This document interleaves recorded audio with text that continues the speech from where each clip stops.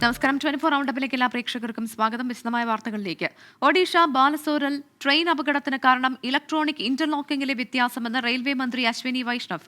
ഉന്നതതല അന്വേഷണം പൂർത്തിയായി, റിപ്പോർട്ടുടൻ പുറത്തുവിടും. കേന്ദ്ര ആരോഗ്യമന്ത്രി മൻസുഖ് മാണ്ഡവ്യ ഒഡീഷയിലെത്തി. കരസേനയുടെ 298 അംഗ ദൌത്യ സംഘത്തിന്റെ നേതൃത്വത്തിൽ ദുരന്ത നിവാരണ പ്രവർത്തനങ്ങൾ തുടങ്ങി. താറുമാറായ റെയിൽ ഗതാഗതം ബുധനാഴ്ചയോടെ പുനഃസ്ഥാപിക്കും. തകർന്ന ബോഗികൾ മുഴുവൻ ട്രാക്കിൽ നിന്ന് മാറ്റി. ബൽറാം നെടുങ്ങാടി ചേരുന്നുണ്ട് ബലാസോറിൽ നിന്നും. ബൽറാം, ഈ ബലസോറിലെ ട്രെയിൻ അപകടത്തിന് കാരണം ഇലക്ട്രോണിക് ഇന്റർലോക്കിംഗിലെ വ്യത്യാസമാണെന്നാണ് നിലവിൽ പുറത്തുവരുന്ന വിവരം. എന്താണ് ഇതുകൊണ്ട് ഉദ്ദേശിക്കുന്നത്? ഒപ്പം തന്നെ ഈ കേന്ദ്രമന്ത്രിമാർ ഇപ്പോഴും അവിടെ തുടരുന്നുണ്ടോ? മറ്റു വിവരങ്ങൾ?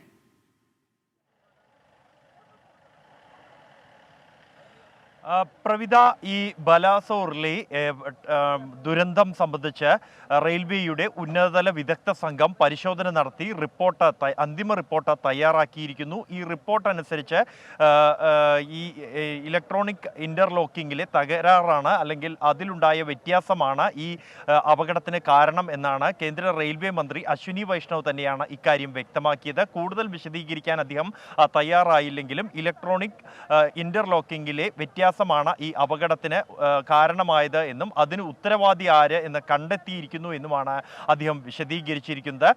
ഉന്നതതല സംഘം അന്തിമ റിപ്പോർട്ട് തയ്യാറാക്കിയതായും അദ്ദേഹം വ്യക്തമാക്കിയിട്ടുണ്ട്. കൂടുതൽ വിശദാംശങ്ങൾ അല്പസമയത്തിനകം തന്നെ പുറത്തു വരും. ഈ ഇലക്ട്രോണിക് ഇന്റർലോക്കിംഗ് എന്നുള്ളത് റെയിൽവേയുടെ ഏത് ട്രാക്കിലാണോ അല്ലെങ്കിൽ ഗ്യാരേജിലാണോ ഒഴിവുള്ളത് എന്ന് കണ്ടെത്തി അതിനനുസരിച്ച് സിഗ്നലുകൾ കൈമാറുന്ന രീതിയാണ് ഒഴിവുള്ള ട്രാക്കുകൾ. കൂടാതെ ഈ നിലവിൽ ട്രെയിനുകൾ സഞ്ചരിച്ചിരിക്കുന്നതോ അല്ലെങ്കിൽ നിർത്തിയിട്ടിരിക്കുന്നതോ ആയ ട്രാക്കുകൾ തിരിച്ചറിയുന്നതിനും അതുവഴി ഇലക്ട്രോണിക് സംവിധാനം വഴി തന്നെ ഇതിന് ഒഴിഞ്ഞ ട്രാക്ക് ഏത്, അടുത്ത ട്രെയിൻ കടത്തിവിടേണ്ട കഴിയുന്ന ട്രാക്ക് ഏത് എന്ന് കണ്ടെത്തി അതനുസരിച്ച് ഗതാഗതം ക്രമീകരിക്കുന്ന സംവിധാനമാണ്. ഇതിലുണ്ടായ വ്യത്യാസമാണ് ഈ അപകടത്തിന് കാരണം എന്നാണ് കേന്ദ്ര റെയിൽവേ മന്ത്രി വിശദീകരിച്ചിരിക്കുന്നത്. കൂടാതെ മറ്റ് വിശദാംശങ്ങൾ, ഈ അപകടത്തിന് ഇടയാക്കിയ വിശദാംശങ്ങൾ സംബന്ധിച്ചുള്ള വിദഗ്ധമായ റിപ്പോർട്ടിനൊപ്പം ശുപാർശകളും നൽകിയിട്ടുണ്ട് എന്നാണ് അറിയാൻ കഴിയുന്നത് വിദഗ്ധ സമിതി. ഇതനുസരിച്ചായിരിക്കും ഏത് ഭാഗത്താണ് പിഴവ് കണ്ടെത്തിയത് എന്നും ഏതെങ്കിലും ഒരു വ്യക്തിക്കാണോ അല്ലെങ്കിൽ ഒരു സംവിധാനത്തിനാണോ, സാങ്കേതിക സംവിധാനത്തിനാണോ പിഴവ് കണ്ടെത്തിയത് എന്ന് വ്യക്തമാക്കുകയും അതിനനുസരിച്ചുള്ള തുടർ നടപടികൾ സ്വീകരിക്കുകയും ചെയ്യുക. നേരത്തെ ഈ പ്രാഥമിക നിഗമനമനുസരിച്ച് വിദഗ്ധ സമിതി നൽകിയ പല തരത്തിലുള്ള ശുപാർശകൾ അല്ലെങ്കിൽ സംശയങ്ങൾ പുറത്തു വന്നിരുന്നു. അതിൽ നിന്നും അല്പം കൂടി വിദഗ്ധമാകുന്ന അല്ലെങ്കിൽ കൃത്യമായി എന്താണ് കാരണമെന്ന് വ്യക്തമാക്കുന്നതാണ് റെയിൽവേ മന്ത്രിയുടെ ഈ വാക്കുകൾ എന്നുള്ളത്. ഇലക്ട്രോണിക് പിഴവ് അല്ലെങ്കിൽ ഇതിലുണ്ടായ വ്യത്യാസമാണ്, ഇന്റർലോക്കിങ്ങിലുണ്ടായ വ്യത്യാസമാണ് ഈ അപകടത്തിന് കാരണമാക്കിയതെന്ന് വ്യക്തമാക്കുന്നു. റിപ്പോർട്ടിന്റെ കൂടുതൽ വിശദാംശങ്ങൾ അല്പസമയത്തിനകം തന്നെ ലഭ്യമാകും. അതേസമയം ഈ ദുരന്ത സ്ഥലത്ത് ഇപ്പോഴും ദുരന്ത നിവാരണ പ്രവർത്തനങ്ങൾ പുരോഗമിക്കുകയാണ്. ഇവിടെ ഉണ്ടായിരുന്ന തകർന്ന ബോഗികൾ പൂർണ്ണമായും മാറ്റിയിരിക്കുന്നു. 4 ട്രാക്കുകളിൽ 3 എണ്ണം തകർന്നിരുന്നു ഈ അപകടത്തെ തുടർന്ന്. 4ാമത്തെ ട്രാക്കിൽ ഉണ്ടായിരുന്ന വൈദ്യുത ലൈൻ അതും തകർന്നു പോയിരുന്നു. എന്നാൽ ഇപ്പോൾ നമുക്ക് ദൃശ്യങ്ങളിൽ കാണാം, ആ വൈദ്യുത ലൈൻ ഇന്ന് രാവിലെ മുതൽ നടത്തിയ പ്രവർത്തനങ്ങളുടെ ഭാഗമായി പുനഃസ്ഥാപിച്ചിരിക്കുന്നു. ആ ഒരു ലൈനിലൂടെ സർവീസ് നടത്താൻ കഴിയുന്ന നിലയിലേക്ക് റെയിൽവേയുടെ ഈ മറ്റ് ലൈനുകളെ, ട്രാക്കുകൾ പുനഃസ്ഥാപിക്കുന്നതിന് ആവശ്യമായ അത്യാധുനിക സൗകര്യങ്ങൾ ഉള്ള റെയിൽവേയുടെ പ്രത്യേക തീവണ്ടികൾ 2 എണ്ണം ഈ സംഭവ സ്ഥലത്ത് എത്തിയിട്ടുണ്ട്. ഇത്തരം അപകട സ്ഥലങ്ങളിൽ അടിയന്തര യുദ്ധകാല അടിസ്ഥാനത്തിൽ നടപടികൾ പൂർത്തിയാക്കാൻ, അറ്റകുറ്റപ്പണികൾ പൂർത്തിയാക്കാൻ ഉപയോഗിക്കുന്ന ആ ട്രെയിനുകൾ ഉപയോഗിക്കാൻ കഴിയുന്ന തരത്തിൽ 4ാമത്തെ ട്രെയിൻ ഇപ്പോൾ പൂർണ്ണമായും സജ്ജമായി കഴിഞ്ഞിരിക്കുന്നു. തുടർന്ന് ഇന്ന് വൈകിട്ടോടുകൂടി തന്നെ ട്രാക്കിംഗ് പൂർണ്ണമാകും എന്നാണ്, ഈ ട്രാക്കുകൾ പൂർവ്വസ്ഥിതിയിൽ തന്നെ പുനഃസ്ഥാപിക്കാൻ കഴിയുമെന്നാണ് റെയിൽവേ മന്ത്രി അറിയിച്ചിരിക്കുന്നത്. അത് ഒരു ട്രാക്കിൽ 3ാമത്തെ ട്രാക്ക് ഏതാണ്ട് അതിൻ്റെ ജോലികൾ പുരോഗമിക്കുന്നു. പുനഃസ്ഥാപിക്കുകയാണ്. മറ്റ് ട്രാക്കുകൾ കൂടി ഇന്ന് വൈകിട്ടോടുകൂടി തന്നെ പുനഃസ്ഥാപിക്കാനുള്ള ലക്ഷ്യം വെച്ചുള്ള പ്രവർത്തനങ്ങളാണ് ഇപ്പോൾ നടന്നുകൊണ്ടിരിക്കുന്നത്. അതിനായി ഒട്ടേറെ ട്രെയിനുകൾ ഈ മേഖലയിൽ ലഭ്യമായ മുഴുവൻ ഉപകരണങ്ങളും മറ്റ് സാങ്കേതിക സൗകര്യങ്ങളും ഇവിടെ എത്തിച്ചിട്ടുണ്ട്. വലിയ ക്രെയിനുകൾ അടക്കമുള്ളവ എത്തിച്ചിരിക്കുന്നു. ബുധനാഴ്ചയോടെ ഈ റൂട്ടിലുള്ള ട്രെയിൻ ഗതാഗതം പുനഃസ്ഥാപിക്കാൻ കഴിയുമെന്ന പ്രതീക്ഷയാണ് റെയിൽവേ മന്ത്രി പ്രകടിപ്പിക്കുന്നത്. അതേസമയം കേന്ദ്രമന്ത്രിമാരായ അശ്വിനി വൈഷ്ണവും മൻസുഖ് മാണ്ഡവ്യയുമാണ് ഇന്ന് ഈ ദുരന്ത മേഖലയിൽ ഉള്ളത്. അശ്വിനി വൈഷ്ണവ് ഈ ദുരന്ത നിവാരണ പ്രവർത്തനങ്ങൾക്ക് മേൽനോട്ടം വഹിച്ചുകൊണ്ട് ഇന്നലെ രാത്രിയും ഈ പ്രദേശത്ത് തുടരുകയായിരുന്നു. അതേസമയം മൻസുഖ് മാണ്ഡവ്യ നിലവിൽ ആശുപത്രികളിൽ ചികിത്സയിൽ കഴിയുന്ന ആളുകൾക്കുള്ള സൗകര്യങ്ങൾ, മറ്റ് ക്രമീകരണങ്ങൾ ഉൾപ്പെടെയുള്ളവ വിലയിരുത്തും. അദ്ദേഹം ഭുവനേശ്വർ എയിംസ് സന്ദർശിച്ചു. ഒപ്പം തന്നെ കട്ടക്ക് മെഡിക്കൽ കോളേജും അദ്ദേഹം സന്ദർശിക്കുകയും മരുന്നുകൾ അടക്കമുള്ള സാങ്കേതിക സൗകര്യങ്ങൾ എന്നിവയുടെ നിലവിലെ ലഭ്യത ഉൾപ്പെടെ പരിശോധിച്ച് ആവശ്യമെങ്കിൽ കൂടുതൽ സൗകര്യങ്ങൾ, വിദഗ്ധർ എന്നിവർ എത്തിക്കുന്നതിനാവശ്യമായ നിലപാട്, അത്തരത്തിലുള്ള നടപടികൾ സ്വീകരിക്കും. കരസേനയുടെ ദൗത്യ സംഘവും പ്രത്യേക സംഘവും ഇന്ന് ഈ രക്ഷാപ്രവർത്തനത്തിനായി, ദുരിതാശ്വാസ പ്രവർത്തനത്തിനായി രംഗത്ത് എത്തിയിട്ടുണ്ട്. സമാനമായി തന്നെ പല മേഖലകളിൽ നിന്നുള്ള വിദഗ്ധരും സന്നദ്ധ പ്രവർത്തകരും ഈ മേഖലയിൽ ഇപ്പോഴും ദുരിതാശ്വാസ പ്രവർത്തനങ്ങളിൽ ഏർപ്പെട്ടിരിക്കുകയാണ്. പ്രവിത. ബൽറാം, അതോടൊപ്പം തന്നെ ആശുപത്രിയിൽ ചികിത്സയിൽ കഴിയുന്നവരുടെ ആരോഗ്യനില എങ്ങനെയുണ്ട്? ഒപ്പം മരിച്ചവരുടെ മൃതദേഹങ്ങൾ പോസ്റ്റ്മോർട്ടത്തിന് ശേഷം ബന്ധുക്കൾക്ക് വിട്ടു നൽകും എന്നാണ് പറഞ്ഞിരുന്നത്. നടപടികൾ ആരംഭിച്ചിട്ടുണ്ടോ? പ്രവിത, ഈ മൃതദേഹങ്ങൾ പോസ്റ്റ്മോർട്ടം നടപടികൾ നേരത്തെ ആരംഭിച്ചു കഴിഞ്ഞിരിക്കുന്നു. ഈ കൃത്യമായ തിരിച്ചറിയപ്പെടുന്ന രേഖകളുമായി എത്തിയ മൃതദേഹങ്ങൾ കൈമാറാനുള്ള നടപടികൾ ഉൾപ്പെടെ സ്വീകരിച്ചു കഴിഞ്ഞിരിക്കുന്നു. ഇതിനകം തന്നെ ആദ്യ മണിക്കൂറുകളിൽ തന്നെ അതിനായുള്ള ക്രമീകരണങ്ങൾ സംസ്ഥാന സർക്കാരും പോലീസും മറ്റ് അധികൃതരും ചേർന്ന് ഒരുക്കിയിട്ടുണ്ട്. അതേസമയം ഈ ആശുപത്രിയിൽ നിലവിൽ കഴിയുന്നത് ഏതാണ്ട് 1000-ലധികം പേരാണ്. റെയിൽവേ നൽകിയ ഔദ്യോഗിക കണക്കനുസരിച്ച് 786 പേരാണെങ്കിൽ അതിലും കൂടുതൽ പേർ ആശുപത്രികളിൽ കഴിയുന്നുണ്ട്. ഈ അപകടം ഉണ്ടായതിന് പിന്നാലെ സമീപത്തുള്ള എല്ലാ ആശുപത്രികളിലും, സർക്കാർ സ്വകാര്യ ആശുപത്രികളിലെല്ലാം തന്നെ രോഗികളെ പ്രവേശിപ്പിച്ചിരുന്നു. പ്രാഥമിക ശുശ്രൂഷകൾക്ക് നൽകിയ ശേഷം വിട്ടയക്കാവുന്നവരെ അയച്ചു കഴിഞ്ഞു. അവർ പലരും നാടുകളിലേക്ക് മടങ്ങുകയാണ്. അതിനുള്ള സൗകര്യവും ഇന്നൊരു പ്രത്യേക തീവണ്ടി 1 മണിക്ക് യാത്ര തിരിക്കുന്നുണ്ട്. മറ്റ് ഗുരുതരമായി പരിക്കേറ്റവരെ 3 ആശുപത്രികളിലായാണ് നിലവിൽ പ്രവേശിപ്പിച്ചിരിക്കുന്നത്. ബാൽസോറിൽ ഉള്ള ജില്ലാ ആശുപത്രി, ഒപ്പം തന്നെ ഭുവനേശ്വർ എയിംസ്, കൂടാതെയാണ് ഈ കട്ടക്കിലെ മെഡിക്കൽ കോളേജ് എന്നിവിടങ്ങളിലാണ് പ്രവേശിപ്പിച്ചിരിക്കുന്നത്. വിദഗ്ധ ചികിത്സ ആവശ്യമായവർക്ക് അത് ലഭ്യമാക്കുന്നതിനുള്ള നടപടികളും സ്വീകരിച്ചു കഴിഞ്ഞിട്ടുണ്ട്. പ്രവിത. ബൽറാം നെടുങ്ങാടിയാണ് വിവരങ്ങൾ നൽകിയത്. ഒഡീഷ ബാലസോറിലെ ട്രെയിൻ അപകടത്തിന് കാരണം ഇലക്ട്രോണിക് ഇന്റർലോക്കിംഗിലെ വ്യത്യാസമാണെന്നാണ് റെയിൽവേ മന്ത്രി അശ്വിനി വൈഷ്ണവ് പ്രതികരിച്ചത്. അദ്ദേഹത്തിന്റെ പ്രതികരണത്തിലേക്ക്. इतने दर्दनाक, इतने भयानक एक्सीडेंट का रूट कॉज ऑलरेडी आइडेंटिफाई हो गया है. जो इंडिपेंडेंट बॉडी है, कमिश्नर रेल सेफ्टी, उन्होंने इन्वेस्टिगेशन किया है. मेरा इस वक्त कमेंट करना ठीक नहीं होगा. Let the inquiry report come out, but the cause of the accident has been identified and the people responsible have been identified. So अभी कुछ भी कहना ठीक नहीं है. Let the entire thing be investigated by the proper investigating authorities. हमारा सारा का सारा फोकस रेस्टोरेशन पे. आपने देखा ये रेलवे ट्रैक अभी जो यहाँ पे 4 ट्रैक्स हैं टोटल. 2 मेन लाइन है, 2 लूप लाइन है. तो ये मेन लाइन का काम कंप्लीट हुआ है.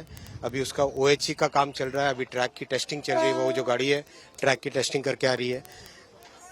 दोपहर शाम तक एक ट्रैक कंप्लीट हो जाएगा. दूसरा ट्रैक लगना चालू हो गया. देख रहे हैं आप, यहाँ पे पटरियां बिछ रही है उनकी, और ये सारे के सारे स्लीपर्स बिछे जा चुके हैं.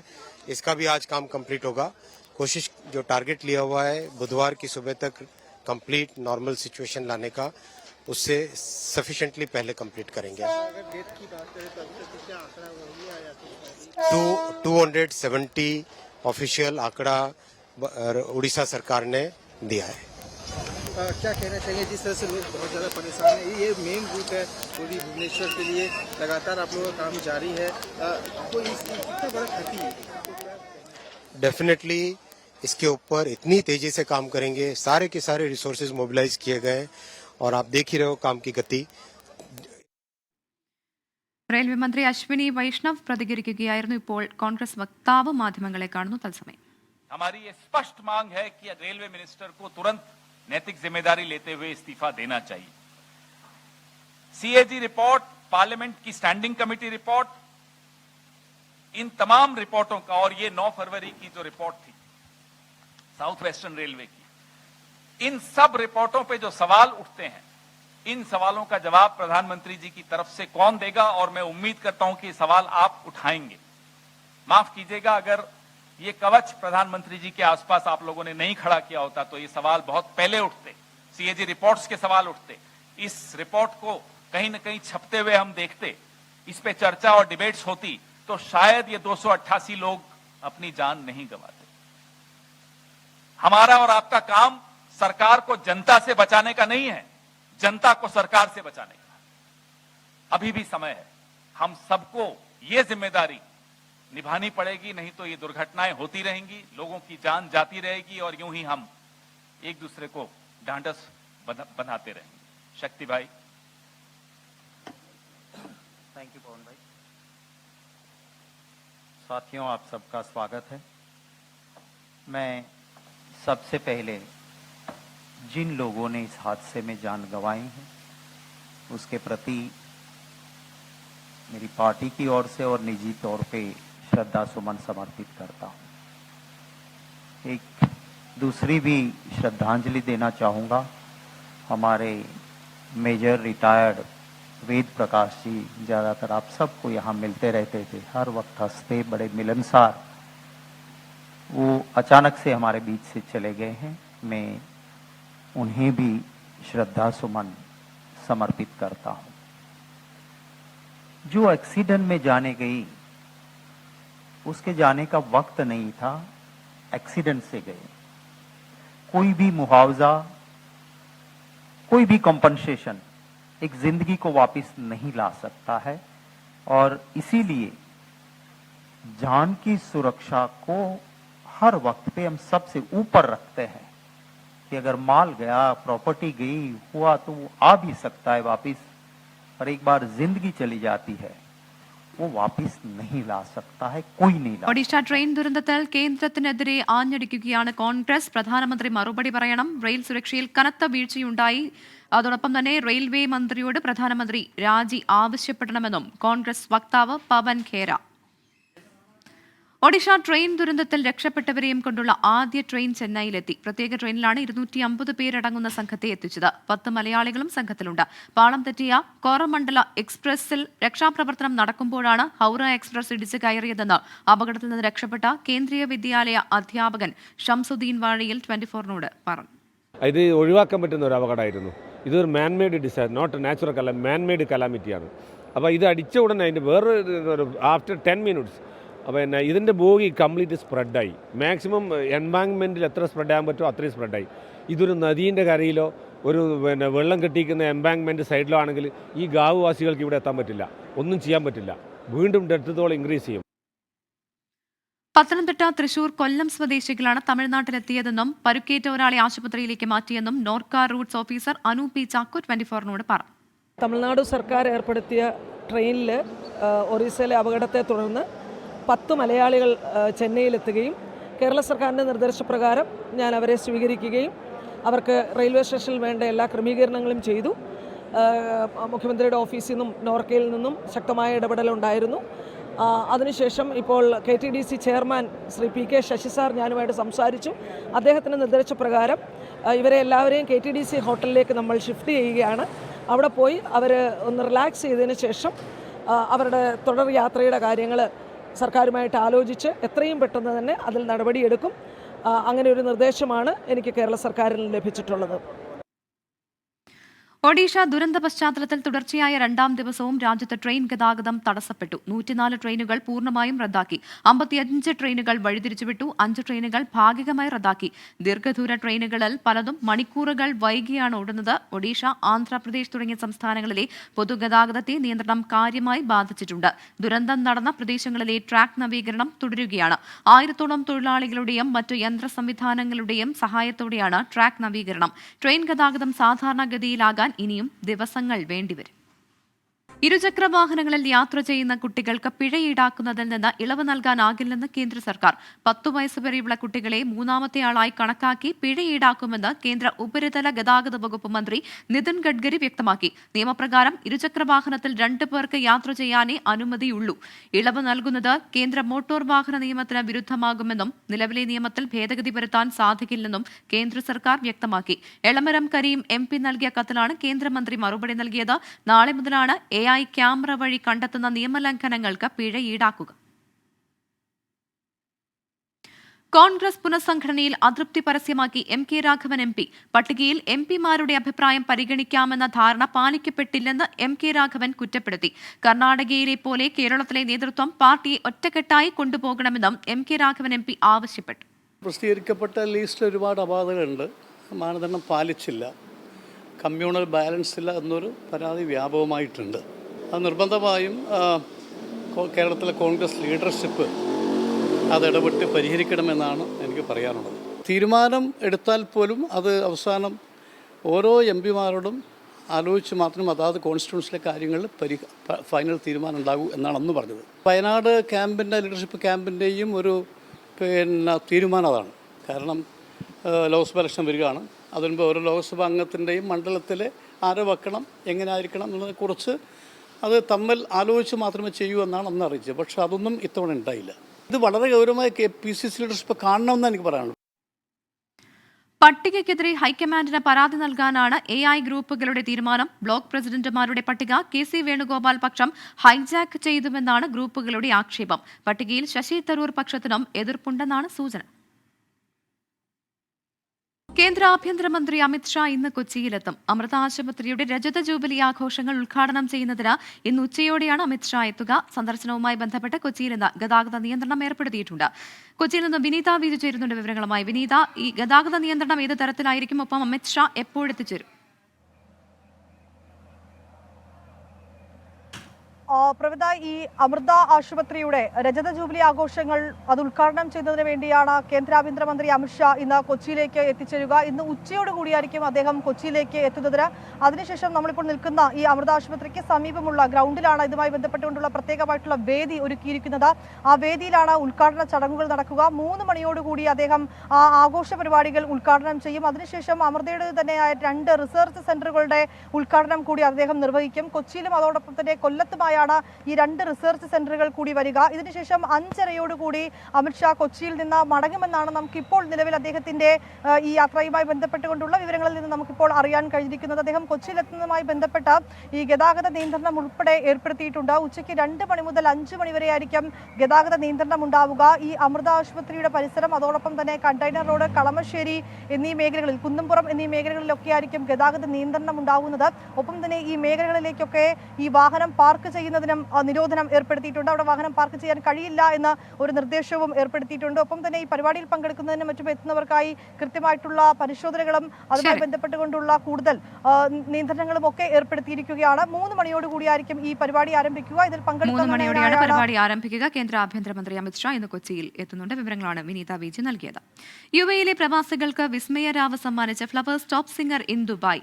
കുട്ടിപ്പാട്ടുകാരുടെ സ്വരമാധുരി നേരിട്ട് അനുഭവിക്കാൻ UAE-യുടെ വിവിധ ഭാഗങ്ങളിൽ നിന്ന് നിരവധി പേരാണ് എത്തിയത്. ഇഷ്ടതാരങ്ങളെ നേരിട്ട് കാണാനും സ്വരമാധുരി നേരിട്ട് അനുഭവിക്കാനും UAE-യുടെ വിവിധയിടങ്ങളിൽ നിന്ന് Flowers Top Singer in Dubai വേദിയിലേക്ക് പ്രവാസികളുടെ ഒഴുക്കായിരുന്നു. വൈകിട്ടോടുകൂടി Dubai Al Nasr Leisure Land നിറഞ്ഞു കവിഞ്ഞു. മലയാളത്തിലെ പ്രിയ ഗായകൻ MG ശ്രീകുമാറും കുട്ടികളും വേദിയെ ഇളക്കി മറിച്ചപ്പോൾ സദസ്സും ഹൃദയം നിറഞ്ഞ കയ്യടികളോടെ കൂടെ നടന്നു.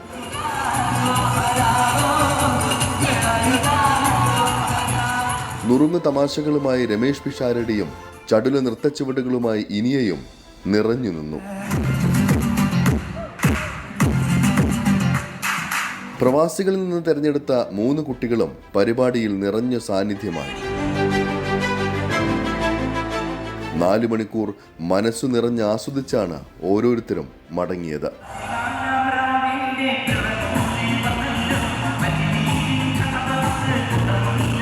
പ്രമുഖ ഇവന്റ് മാനേജ്മെന്റ് കമ്പനിയായ A&Mമായി സഹകരിച്ചാണ് പരിപാടി നടന്നത്. ECH digital, Arya Auto, Morphin Effects, Easy Cargo, Grand Hyper Markets എന്നിവരും പരിപാടിയുടെ ഭാഗമായിരുന്നു. 24 ദുബായ്. കൈകോർത്ത് 24 Connect. KLM Maxiva Finvest 24 Connect സമർപ്പിക്കുന്നത് KLM Maxiva ഗോൾഡ് ലോൺ. പുരോഗതിയുടെ ആനന്ദം എല്ലാവർക്കും. Powered by Allen Scott shirts and trousers.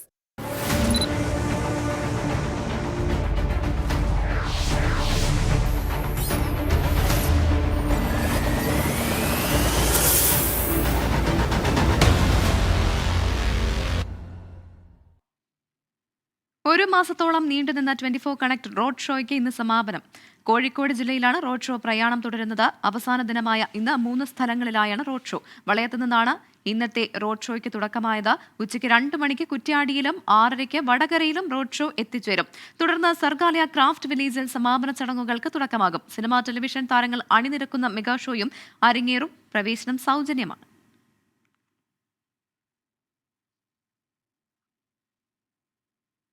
24 round പൂർണ്ണമാകുന്നു.